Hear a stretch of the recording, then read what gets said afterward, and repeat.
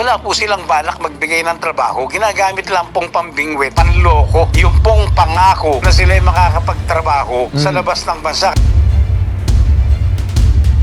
Hindi pa kayo nakakapunta ng opisina nang hihingi na kaagad ng pang-medical? Yes, sir. Sure Jobs International Manpower Agency, may mga tao kayo lumalapit dito. Ano ba talaga yung oportunidad na ibibigay nyo sa kanila? Kung talagang sure yung job na ibibigay nyo sa kanila, bakit hanggang ngayon wala pa rin silang job? Modus po nila dito, yung pagsisinungaling po nila. Kung titingnan po natin yung batas ng illegal recruitment, in this particular case po, there is a misrepresentation of an information.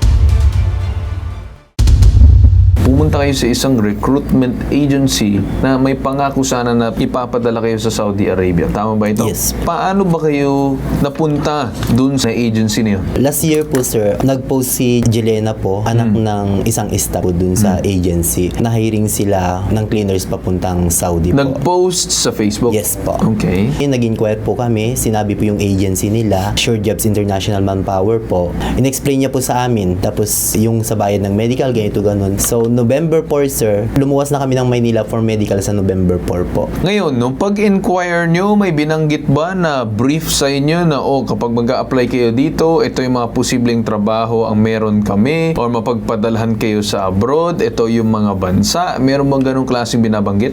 Yes, sir.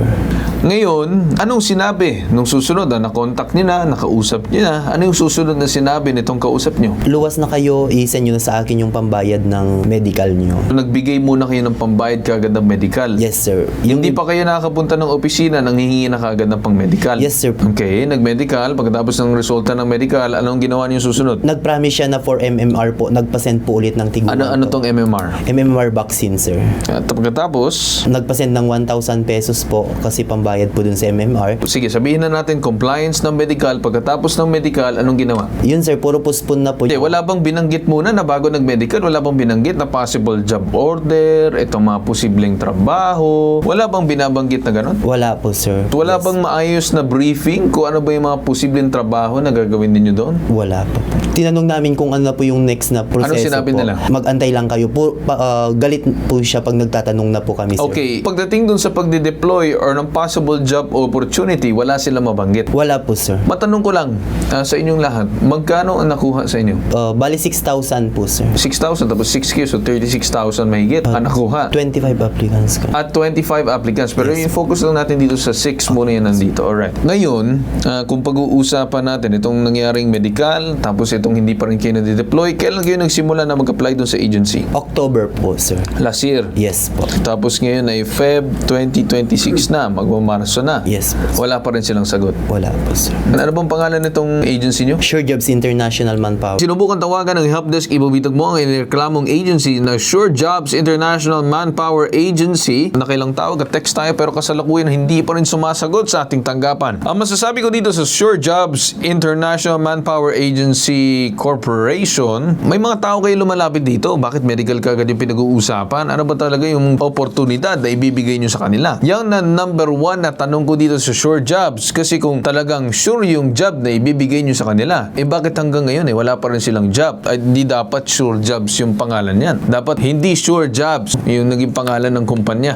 Narinig ko po na may nag-a-apply po dyan, yung Sure Jobs na agency. Although chinek naman po natin ang kanilang lisensya, meron naman po silang lisensya. Now, attorney, ano pong masasabi natin dun sa naging practice ng agency na kung saan pinag-medical ka agad tapos pinag-aantay na may get 5 months, wala pang definite answer kung sila ba ay madideploy? Yes, sir. Mukhang pagkasalaysay po ng ating mga biktima, itong Sure Jobs na to, kahit lisensyado po, ay ginagawa niya pong modus operandi po. Mga illegal recruit na po ito kasi ginagawa po nila. Kung wala po silang job order on this particular position po sa Saudi, lalabas po yan na illegal recruitment po yung kaso po yan. And bawal po yan. And yung sinasabi natin na lagi natin pinapaalala sa mga kababayan na dapat po pag mag-apply po sila, bago sila magpa-medical dapat yan, dapat selected na or basically pre-qualified na po dapat yan. Mukhang pinapaikot-ikot lang po sila at yun ang unang ginagawa sa kanila na pinapamedical po sila. Bawal po yan, sir. Kung ito po ay hindi rehistrado po sa atin, pwede po nating kasuhan po ng kriminal at saka administratibo po yung naturang ehensya. So may sinasabi kayo sir na dapat pre-qualified yung mga said workers bago sila ipa-undergo ng said medical process and other things or requirements to comply. Tama po ba? Tama po kayo, sir.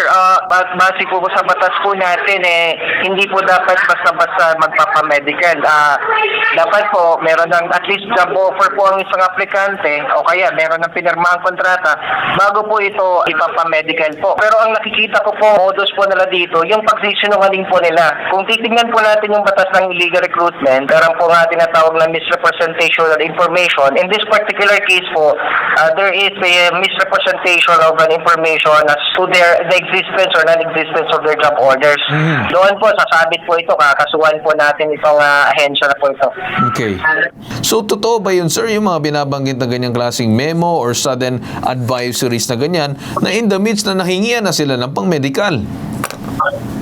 Actually, sir, kung in the first place, dapat nga hindi pinag-uusapan yung ganun kasi nga lumalabas dito na mukhang wala naman silang job order na wala na aprobado ng DMW. So in the first place, dapat hindi po sila nagre-recruit for that particular position.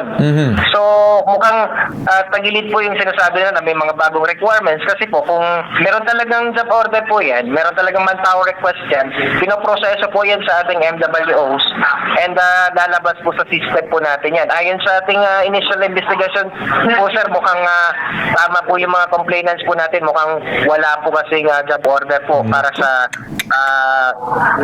position po na cleaner po sa SODI.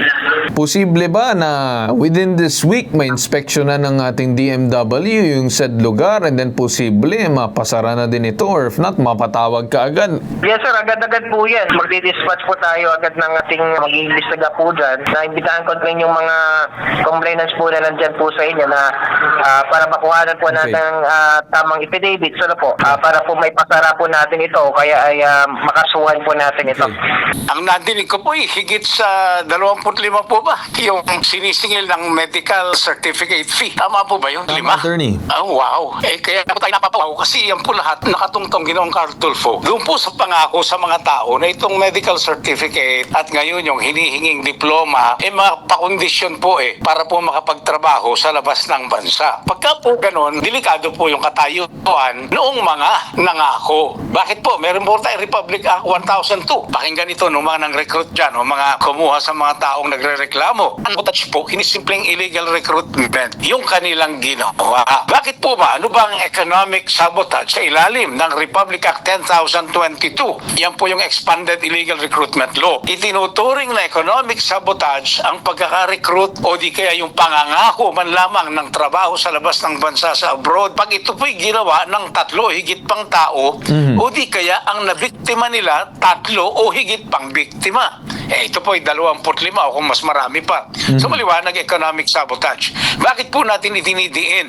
Sa ilalim po ng Republic Act 10,022, life imprisonment para po sa bawat taong nirecruit nila o kinuhanan nila ng pera sa pangakong makakapagtrabaho abroad. Pagka 25 katao yan, 25 life imprisonment, hindi na po lalabas yan. Ginoong Carl Tulfo. Yung attorney, yung nagiging concern din namin dito, no? May mga pabago-bago dun sa patakaran or whatsoever. So, ang daming delay na nangyayari. October 2025, nag-apply itong mga to. Tapos 5 months sila na hindi pa rin nakakuha ng kasiguraduhan. Pagkatatanungin, galit pa. With that said, attorney, medyo mahirap. Tama po kayo, Ginoong Carl Tulfo. At ang problema lamang po natin sa atin pong karanasan bilang abogado ng mga nabibiktima ng ganitong sistema, kaya po nangangako na lang ng nangangako dahil from the start, mula po sa umpisa, wala po silang balak magbigay ng trabaho. Ginagamit lang pong pambingwit, panloko, yung pong pangako na sila ay makakapagtrabaho sa labas ng bansa. Based on our records, our database, wala akong business permit na in-issue po ang aming tanggapan dito po sa Sure Jobs International Manpower Agency Company. Meron bang any record itong Sure Jobs Jobs International, whether it be that said address or a different address. Meron bang kahit anong record dyan sa inyong tanggapan? Meron sila, sir, business permit. Obviously, it seems that meron silang another branch which is located sa Mabini, also in Ermita. Meron silang permit, but that was for last year, 2025. So, we're still waiting para sa kanilang renewal. So ang sinasabi niyo sir sa amin ngayon, kagaya ng pinakita niyo dito na certification na ipinadala dito sa aming tanggapan, na walang business permit yung Sure Jobs International Manpower Agency doon sa 1318 Agoncillo Street, Ermita, Manila. Yes, sir, you're correct on that po. Okay. Wala po sa permit doon. Ngayon sir, possible ba na magawa ng inyong tanggapan na magkaroon ng inspection doon sa tinatawag natin office? Yes, sir. Ginawa na po natin yan. At as early as Friday of last week, nung Okay. natanggap namin yung complaint to your program, Okay. ay tayo po nag-prepare ng vision order which was eventually signed, recommended for approval by our director, Director Levi Facundo. Okay. At ito po ay approved and signed by the Honorable Secretary to the Mayor. Okay. That inspection is scheduled for today. So kanina po ay lumabas na po yung aming mga inspectors. This moment as we talk, nandun na po sila sa establishment.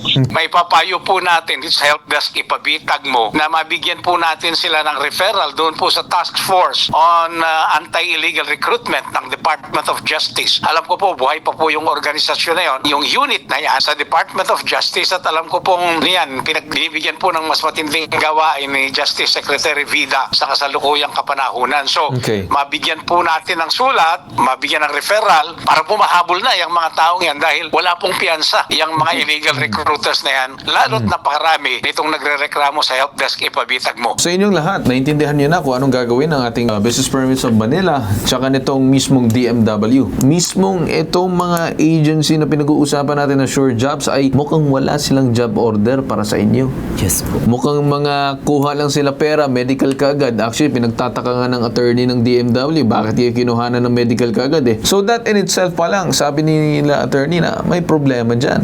Asahan natin pagkatapos mismo ng programa, padala natin kayo kaagad doon sa may mismong DMW para maasikaso kaagad kayo. At regarding doon sa permits ng Manila, makikipag-ugnayan din kami. Yes Alright? po, sir. Salamat. Maraming salamat din sa Yes, inyo. sir. Thank you. Alright.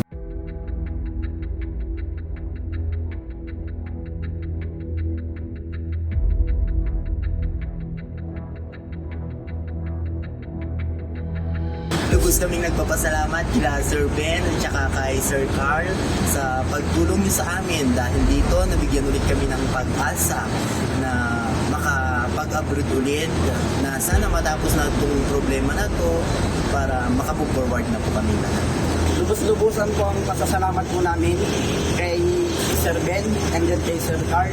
Dahil sa mga katulad po naming biktima, ay binibigyan niyo po kami ng pag-asa na muli po namin ibangon po kung ano po yung pangarap po namin para po sa mga mahal po namin sa buhay, sa aming pamilya.